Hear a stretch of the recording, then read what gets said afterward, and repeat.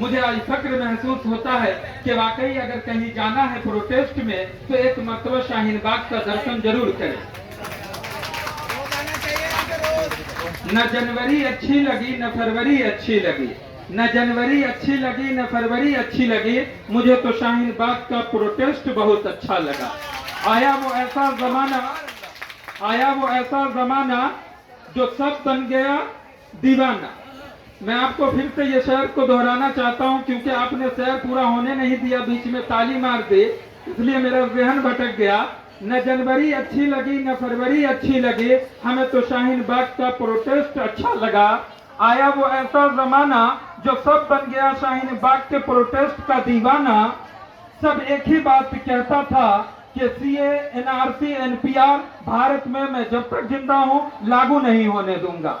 मैं इस सरकार के हुक्मरान से बताना चाहता हूं कि ये कुर्सी तो आनी जानी है। आज आपको कुर्सी मिल गया है तो आप अपने आप को भगवान या ईश्वर मत समझे, क्योंकि ये कुर्सी आज जनता ने आपको चढ़ाया है तो कल ये उतार भी सकता है। और मैं आप लोगों को बता दूं कि अभी कुछ दिन पहले आपने गृह मंत्री जी का बयान देखा होगा सीए, एनआरसी, एनपीआर पर। वो कहा करते थे कि मैं 1 इंच पीछे नहीं हटूंगा, लेकिन अभी कुछ दिन पहले आपने देखा कि वो कह रहे हैं कि एनपीआर तो लागू ही नहीं होगा, डी कॉलम ही नहीं शो करेगा। तो मैं आपको गृह मंत्री जी को कहना चाहता हूं कि गृह मंत्री जी आप कोई नोटिफिकेशन जारी कर दे या आप लिखित दे दे कि ताकि हम लोगों को विश्वास हो जाए। क्योंकि आप ही का प्रधानमंत्री जब रामलीला मैदान में भाषण करता है तो कहता है कि हमें सीए, एनआरसी पर तो कुछ मालूम ही नहीं है। मैं किसे सच्चा मानूं, किसे झूठा मानूं? मैं गृह मंत्री की बात मानूं कि मैं नरेंद्र मोदी जी की बात मानूं? हमें तो लगता है कि यह सत्ता में कोई ऐसा आदमी नहीं है मर्द के लायक कि जो शाहीन बाग चल के आए। मैं विपक्षी दल से भी कहना चाहता हूं और इस सरकार के हुक्मरान से भी कहना चाहता हूं, अरे तुझे मोहब्बत देखनी है तो शाहीनाबाद आके बात करो, क्योंकि कानून आपने लाया है, सीए, एनआरसी आपने लाया है। तो अगर कुछ बोलना ही है तो आप शाहीन बाग में आके बोलिए, हमको समझाइए। हम आपके साथ डिबेट करने के लिए तैयार है। हम मैदान छोड़ के जाने वाले नहीं है आप लोगों की तरह। हम बात करेंगे, हमसे कम से कम 2 मिनट बात कीजिए। आप ही का नारा था सबका साथ सबका विकास। न सबका साथ है न सबका विकास है। आज देख लीजिए कि मैं ललित नारायण मिथिला यूनिवर्सिटी से मैं पीएचडी किया, लेकिन मैं बाएं पैर से दिव्यांग हूं। हमने स्ट्रगल किया, मेहनत किया, लेकिन आज तक ये सरकार मुझे नौकरी नहीं दे सके तो किसको ये नौकरी देगा? आज देख लीजिए स्वास्थ्य डिपार्टमेंट में आप चले जाइए, वहां कुत्ता बैठे रहते हैं इमरजेंसी वार्ड में। आप कैसा हिंदुस्तान बनाना चाहते हैं? आप जब से सत्ता में आए कभी 370 पर जनता को गुमराह किया, कभी तलाक के नाम पर आपने गुमराह किया, कभी आपने भगवा कलर का रंग को अपनाया, आपने कहा कि मैं पूरे को भगवा। हमने हर चीज को सहा, लेकिन आप हमारे देश को बर्बाद मत कीजिए। आपको मालूम है कि एनआरसी, सीए, एनपीआर अगर लागू हो जाता है तो वही वाला बात होगा जो 8 नवंबर को नोटबंदी में हुआ था। ये इसी तरह नरेंद्र मोदी जी नोटबंदी में बोले थे, भारतवासियों तो बिल्कुल फिक्र मत करो, वो डरेगा जिसके पास काला धन है। लेकिन आपने किसको लाइन में देखा? आपने किसी क्रिकेटर को लाइन में देखा? आपने किसी फिल्मी स्टार को लाइन में देखा? आपने किसी नेता को देखा? आपने किसी को नहीं देखा, आपने सिर्फ गरीब को देखा। तो ये बात खोल के शाहीन बाग में जो दूर दूर से लोग आए हुए हैं, ये कान खोल के सुन ले कि अगर एनआरसी, सीए, एनपीआर लागू हो जाता है तो ये सिर्फ गरीबों की परेशानी है। और गरीब में चाहे वो हिंदू हो या मुसलमान हो, ये दोनों के लिए परेशानी है। अरे जिसको पैसा होगा वो हाई कोर्ट जाएगा, सुप्रीम कोर्ट जाएगा, वो तो नागरिकता साबित कर लेगा। लेकिन हम आप गरीब कहां से नागरिकता साबित करेंगे? एक जन्मपत्री बनाने चले जाइए हॉस्पिटल में, डेट ऑफ बर्थ सर्टिफिकेट बनाने के लिए आपको रिश्वत देते देते और सीढ़ी चढ़ते चढ़ते आप थक जाइएगा। अभी कुछ दिन पहले आपने देखा कि असम में एनआरसी लागू होता है, वहां राष्ट्रपति के पोता का नाम छूट जाता है। हमारा और आपका क्या वजूद है? हमें लड़ना होगा और बिल्कुल नहीं डरिए। अरे कोरोना वायरस तो उसे हो जाए जिसने हिंदुस्तान को बर्बाद करने का सोचा है। हमने हिंदुस्तान को सींचा है, संवारा है, खून पसीना दिया है। हमने क्रिकेट का बल्ला उठाया तो हम इरफान पठान बन गए। हमने जो भी चीज में हमने फिल्मी दुनिया को पकड़ा तो हमने सलमान खान दिया, शाहरुख खान दिया।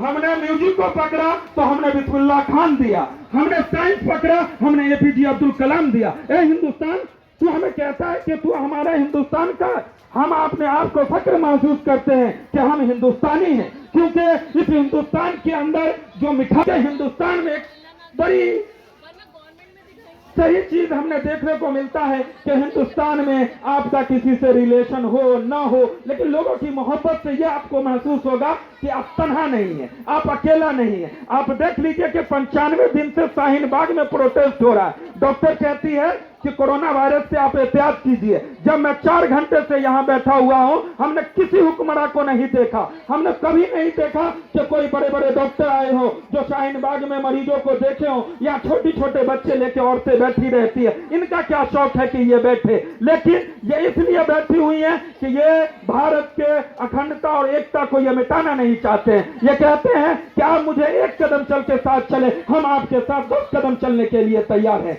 आप अपने हौसले को बुलंद रखिए, क्योंकि हौसले से कुछ भी छुआ जा सकता है। जब मैं पैदा हुआ तो मैं 13-14 साल की उम्र तक बघुआ देता था। रोड पर मैं चलता था तो मैं अपने हाथों में चप्पल लगा के चला करता था, क्योंकि मुझे घुटने में कंकड़ियां घुस जाती थी। लेकिन मैंने सोचा कि अल्लाह ने अगर मेरी एक कमी दी है तो मुझे जरूर 100 अच्छा ही दिया होगा। हमने पारा स्विंग जानती है, स्विंग पूल में हम जैसे दिव्यांग लोग कंपटीशन खेलते हैं। हम लंदन गए, हम अमेरिका गए, हमने हर स्टेट का दौरा किया और हमने भारत को कई गोल्ड मेडल जीत के दिए। लेकिन मैं बताऊं अपनी बदनसीबी कि अगर एनआरसी लागू हो जाता है तो मेरा भी नाम नहीं आएगा। मैं 10 गोल्ड मेडल जीता हुआ आदमी हूं, लेकिन अगर एनआरसी लागू हो जाता है तो मैं अपना डेट ऑफ बर्थ सर्टिफिकेट नहीं दे सकता हूं। यह कितने शर्म की बात है कि जिस हिंदुस्तान की खूबसूरती को बढ़ाने के लिए, ताकत देने के लिए हमने एक पांव का ख्याल नहीं रखा। हमने कंपटीशन फेस किया और कंपटीशन में मैंने इस हिंदुस्तान की हर बुलंदी को छूने की कोशिश किया। इसीलिए मैं आप लोगों को जाते जाते एक चीज कह देना चाहता हूं कि मुसलमानों के अंदर एक सबसे बड़ी कमी क्या है कि आप लोग रोज मीट मछली मत खाइए, लेकिन अपने बच्चों को एक किताब जरूर खरीद के दीजिए, क्योंकि आपके पेट में जो खाना डला हुआ है, अभी मैं क्या खाए हुआ हूं नहीं खाए हुआ हूं इसमें तो कोई आदमी नहीं बता सकता है कि मैं क्या खाए हुआ हूं। लेकिन अगर आपके कलम में ताकत है, आपके पास इल्म है, तो इसकी एक पहचान होती है। आप देख लीजिए कि कुछ दिन पहले एमबीबीएस डॉक्टर का कॉलर पकड़ लिया जाता है, पूरा का पूरा डॉक्टर खिलाफ हो जाता है कि हमारे साथी के साथ अनर्थ हो रहा है, गलत हो रहा है। लेकिन वहीं देख लीजिए कि डॉक्टर कफील एक सज्जन आदमी को यहाँ की पुलिस जबरदस्ती उसको केस में फंसाती है, 2 बार बाइज्जत बरी हो जाती है, फिर वही कफील जेल चला जाता है। यहाँ जो है पूरा का पूरा धांधली चल रहा है। जिसके पास ताकत है, पैरवी है, पैसा है, रोज हुकूमत को कुचल रहा, रोज इस कानून व्यवस्था को ढकेल रहा है, रोज वो उसने इस कानून व्यवस्था को एक खिलौना बना लिया है। जब भी हमारे भारत में कोई चीज लागू होता है तो सिर्फ गरीबों की परेशानी होती है, अमीर तो मजा ही मारता रहता है। अमीर को तो एसी का भी आराम है, कूलर का भी आराम है। हम गरीबों का सपना था। यही नरेंद्र मोदी जी से मैं मिला तो नरेंद्र मोदी जी ने कहा कि निहाल जी, मुझे तो अफसोस होता है जब हवाई चप्पल किया हुआ आदमी सिर्फ ट्रेन से सफर करता है, मेट्रो से सफर करता है, लेकिन मैं एक ऐसा भारत बनाऊंगा कि यहाँ हवाई चप्पल चलने वाला भी फ्लाइट पर उड़ेगा। अरे भैया, आप इतना झूठ बोलिए जितना चल जाए, क्योंकि हम लोग जाहिल नहीं है, बेवकूफ नहीं है। अरे ठीक है, आज आपको सत्ता मिला है, आप प्रधानमंत्री बने। कुछ दिन पहले ने मनमोहन सिंह भी थे, वो बेचारे कम बोलते थे लेकिन सच बोलते थे और सत्य बोलते थे। उसका नाम इतिहास में लिया जाएगा, लेकिन आपका क्या लिया जाएगा? हमारे कुछ हिंदू भाई कहते हैं, मैं आ रहा था बिहार से चल के, जब गोरखपुर ट्रेन आई तो एक पंडित चढ़ा और बोला कि भाई जी आपको एक बात बताऊं। हमने कहा कि एक बात नहीं 100 बात बताइए, क्योंकि आपके प्रधानमंत्री जी तो हिंदू मुसलमान की नफरत भाव किए हुए हैं, लेकिन फिर भी आप कुछ पूछना चाहते हैं तो पूछिए। उन्होंने कहा कि निहाल जी हमारे पास गौमूत्र है, अगर इसको आप पी ले तो कोरोना नहीं होगा। हमने कहा आप बिस्मिल्लाह कीजिए, फिर मैं 2 घूंट एक्स्ट्रा पी लूंगा। पंडित बोला कि लगता है हम नरेंद्र मोदी से भी आगे जाएंगे। हमने कहा अगर हम झूठ बोलना शुरू करें तो मोदी क्या, हम बराक ओबामा से भी आगे जाएंगे, हम ट्रंप से भी आगे जाएंगे। लेकिन हमारा इस्लाम कहता है कि सच बोलिए, सच बोलिए, सत्य परेशान हो सकता है, पराजित नहीं हो सकता है। अगर सरकार के पास आपको हटाने का कोई रास्ता होता, क्योंकि आप तिरंगे के साथ खड़े हुए हैं और तिरंगे में आप वो भी बुनियादी चीज को लेके खड़ी हुई है, नहीं तो ये सरकार तो इतनी जालिम है कि रोज लाठियां बरसाती। लेकिन यहाँ जो लोग हैं वो शिक्षित हैं, पढ़े लिखे हैं। यहाँ कोई भी नेता आने से क्यों डरता है कि भैया ये एबीपी न्यूज नहीं है, आज तक न्यूज नहीं है, ये जामिया का स्टेज है, यहाँ अच्छे अच्छे की हवा निकल जाती है, यहाँ कोई नेता नहीं आएगा।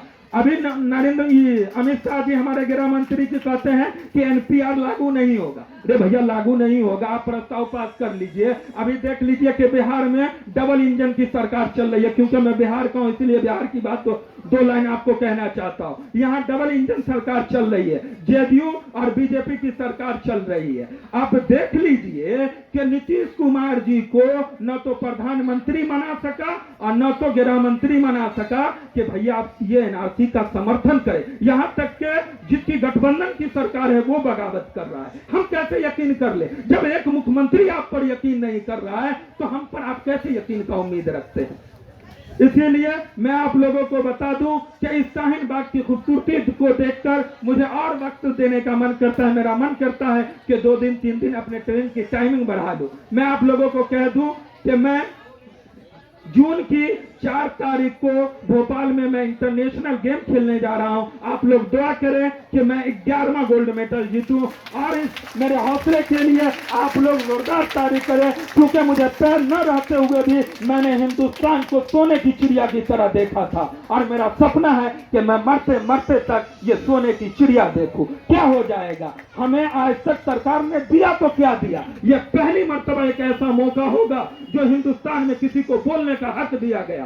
शाहीन बाग की तरह आज बिहार के 38 जिला में न जाने कोई ऐसा जिला नहीं बचा होगा जहां प्रोटेस्ट नहीं होता होगा। क्यों भाई? हम जाहिर है कि हम प्रोटेस्ट कर रहे हैं। हम तो सिर्फ आपको इतना कहना चाहते हैं कि आप हमें आके समझाइए कि सीए, एनआरसी, एनपीआर से आप बिल्कुल नहीं डरिए, क्योंकि आपने भी वोट दिया था और उन लोगों ने भी वोट दिया था जिनका जो आज सीए, एनपीआर का समर्थन कर रहे हैं। हम तो सिर्फ इतनी सी बात कहना चाहते हैं कि हमें भैया सब्र ही दीजिए, लेकिन सच्चा सब्र दीजिए, झूठा सब्र नहीं दीजिए। क्योंकि आप ही का कॉल था कि भैया हमें वोट दो, हम 15 लाख देंगे। हम खुश हुए कि 8 भाई हैं, 15 लाख रुपया मिल गया तो भैया कमाने की क्या जरूरत है? यहाँ तो 5 रुपया नहीं मिलने वाला, 15 लाख की बात क्या करते हैं हम? जब मैं बिहार का स्विंग खेलने गया तो हमको माननीय मुख्यमंत्री नीतीश जी ने 3 लाख रुपए का चेक दिया। हमने कहा नीतीश जी हमने मेहनत किया है, 1.5 मिनट के अंदर में हमने 100 दिव्यांगों को पीछे छोड़ के आपके बिहार का नाम रोशन किया है। आपका जमीर कितना गिर गया है कि आप 3 लाख दे रहे हैं, आप अपनी तरफ से कुछ भी नहीं देते। तो कह रहे हैं कि निहाल जी क्या करे, यहाँ बिहार में जो है दिव्यांगों के साथ भी भेदभाव होता है। अभी मैं बता दूं आपको कि कुछ दिन पहले मैं एक कंपटीशन निकाला वन विभाग के आईओ का। तो हम लोगों में होता क्या है कि सरकार जो है हम लोगों को गुमराह करने के लिए एससी, एसटी, ओबीसी इन सब चीजों में उलझाना चाहती है। लेकिन अगर आप पढ़ते हैं, जब अल्लाह ताला काफिरों को उसका हक दे सकता है तो हम तो मुसलमान हैं, हमें क्यों नहीं हक मिलेगा? हम क्यों नहीं? हमें फाका का वक्त थोड़ी है। आप देख लीजिए कि हमसे पहले आने वाली नस्लें फाका रहा करते थे। आज अल्लाह ताला ने तो हमें सब चीज दिया, शोहरत दिया, इज्जत दिया, पैसा दिया, हर चीज दिया। हमसे फिर छीनी क्यों गए? छीनी इसलिए गई कि मस्जिद तो बना दी सब भर में, ईमा के हरारत वालों ने मन अपना पापी था, बरसों में नमाजी न बन सका। आप सजदा कीजिए, ये हुकूमत क्या है? आप जिसे चाहे झुका सकती है, लेकिन आपको अल्लाह के यहाँ पर झुकना पड़ेगा और झुकिए और दिल से झुकिए। ये नहीं कि सिर्फ सजदा पर सजदा टेकिए, बाहर आइए शिकवा शिकायत कीजिए, ऐसा नहीं कीजिए। एक ही वक्त की नमाज पढ़िए, लेकिन सुकून से पढ़िए, अपने आप को अल्लाह के हवाले होइए। क्योंकि अल्लाह ताला जब फिरौन को नष्ट नाबूद कर सकता है तो ये हुक्मरान सब तो आना जाना है। ऐसे नेता आपको कितने मिलेंगे जो आए होंगे जाए होंगे। अभी मैं आपको बता दूं, कुछ दिन पहले देख लीजिए, बीजेपी में कोई ऐसा नेता नहीं है जो दागी नहीं है। इस भारत की एक सबसे बड़ी कमी क्या है कि यहाँ वही आदमी नेता बनता है जो जितना बड़ा क्रिमिनल होता है। आप देख लीजिए कि अभी कुलदीप सिंह है, बीजेपी का एमएलए था, उसकी बीजेपी का एमएलए था, एक गरीब की बच्ची की इज्जत लूट ली जाती है, फिर उसके बाप को एक्सीडेंट करके मार दिया जाता है, फिर उसके मामा को मार दिया जाता है। कब तक? आपको मालूम है जुल्म को बिल्कुल नहीं सही है। अगर आज आप जुल्म को सह रहे हैं, कल आपकी औलादें सहेंगे और वो कहेंगे कि मेरा माँ बाप कैसा था, जो इतनी बुराई होने के बाद भी, इतनी सारी चीज होने के बाद भी 20 सितंबर को देख लीजिए, राम रहीम को देख लीजिए। रे आपने तो हिंदुस्तान की खूबसूरती को खराब करने के लिए एक पर एक बीजेपी वाले ने फिल्मी स्टार को पैक रख रखा है। इसलिए आप बिल्कुल सरकार से न डरे। ये 95 दिन का बोर्ड लगा हुआ है। कितने दिन का लगा हुआ है? 95 दिन का। जब मैं एक सिख भाई के यहाँ गया कि भैया आप क्या करते हैं, बोला निहाल जी मैं क्या बताऊं, मैं 95 दिन से इस शाहीन बाग की खिदमत करने के लिए दीवाना बना हुआ। हमने कहा कि शाहीन बाग में आपने क्या ऐसा देखा? कहा निहाल जी देखने की बात करते हैं, हमने घर बेचा, दौलत बेचा, सारी चीज बेचा। काहे बेचा? क्योंकि मुझे इस हिंदुस्तान से प्यार है, मुझे हिंदू मुसलमान की एकता से प्यार है। हम लोग जात पात नहीं देखते हैं। उस सिख भाई के लिए भी आप लोग जोरदार ताली दें कि क्योंकि मुझे फक्र महसूस हुआ। मैं पूरे शाहीन बाग गया, मुझे सबसे ज्यादा अगर फक्र महसूस हुआ तो उस सिख भाई को हुआ। और मैं एक चीज और बता दूं कि मैं जब सिख भाई के यहाँ गया तो देखा कि औरतें छोटे छोटे बच्चे लिए हुई है और